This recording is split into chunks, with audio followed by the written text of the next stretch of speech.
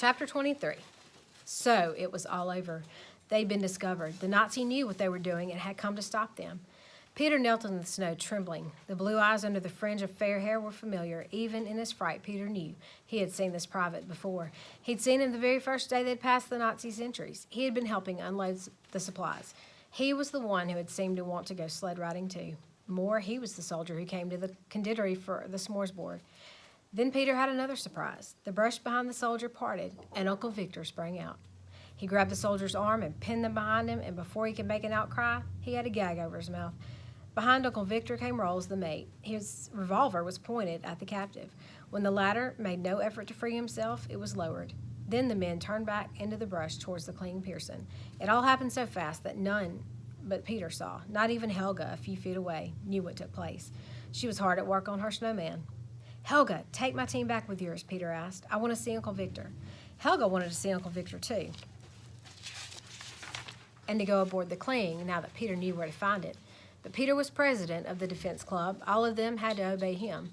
When he refused to let her come with him, she had to do as he asked. Peter had no idea whether or not his uncle would allow him aboard the boat, but he was going to find out. What was happening on the smack was something no boy of 12 was going to miss if he could help it. So he hurried through the brush to the side of the water. From below the deck came strange sounds. Not to lose any of the excitement, Peter almost fell down the companionway in his haste. Uncle Victor and Rolls had untied the prisoner's arms and had taken the gag from his mouth. Then the captive soldier drew off his round army cap and threw it on the floor and tramped on it. He beat it with his feet, up and down. Then he tore at the insignia on his collar and tried to rip it off. All the while he was making hideous faces. "What is it, man? Speak. Your mouth is no longer tied," Uncle Victor commanded sharply. Then came a torrent of words, Norwegian and some other tongue Peter did not recognize. "I'm no German, even if I do wear the uniform. I'm a Pole. They took me and made me serve them, and the deceit is theirs, not mine." "But what are you doing with the German army of occupation?" Uncle Victor asked. "I tell you it's not my fault. It's theirs. I'm no more to blame than that boy there." He pointed at Peter, and now Uncle Victor and Rolls saw him too. But Uncle Victor made no move towards Peter. He gave him a glance that seemed to say, "It's all right. At your age, I wouldn't have missed it either." "I want to go to the United States," the Pole went on. "If you'll take me on this boat, I'll cook and I'll scrub the decks. I'll sew the sails and carpenter. I'll stand watch. I'll do anything you ask. Only don't leave me here with those merciless machines, those Germans." "What's he talking like that for?" Uncle Victor turned to Rolls. "What makes him think I'd take a man in a German uniform anywhere? How do I know he's a Pole and hates the Germans? Does he think I'm a baby to take him on his word?" Then he turned on the Pole and spoke severely. "Come now, tell us what you know. How long have you been following these children?" "If I follow the children, it's only because I'm lonely. It's because I want to be with someone I can like and trust. I will not make friends with the Germans. They don't even speak to me unless I can do them a service." Tears came to his blue eyes. "Come now, that's absurd. You've been following these children because you're spying on them. You want to find out what brings them here on their sleds. Then you'll go tell the commandant and win a promotion. I know your sly German tricks." No. I have no sly German tricks. I'm a Pole. I have no love for the Germans. To me, they've done every wrong short of putting me to death. If I follow the children, it's not to do them harm."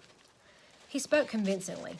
Peter believed he told the truth. Even Uncle Victor seemed inclined to believe him, for his next question was put in milder tones. "But if you wanted to be with the children, why did you not make yourself known when you were here last week?"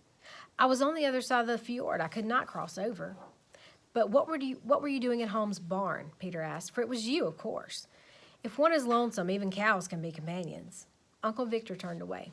Peter spoke again. He was sorry for the captive, believed his story, but with so much at stake, they couldn't afford to take chances.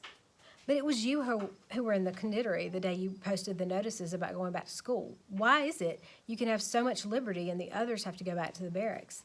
"They don't have to go. It's by choice. When they found the Norwegians were ignoring them, they decided they would stay together entirely. And then when the epidemic came, they were frightened." "Weren't you frightened too?" "Not I, because death, it is nothing. I live only that someday I can help my country. Poland is my country." Uncle Victor cleared his throat. If he was going to say something, then the Polish boy didn't give him a chance. "But won't you take me with you to America? For surely that is where you're going." He looked about the cabin. "From the other side of the fjord, I saw the boat in its clever disguise, and I knew you'd be sailing soon for that country. I'll be no trouble if you take me, and when I get there, I've got a place to go. I have a married sister in Pittsburgh." "That's utter nonsense," Uncle Victor protested, and his voice was again loud and angry. "Even if I didn't think this some Nazi trick, how could I land you there? They wouldn't let you in without a passport."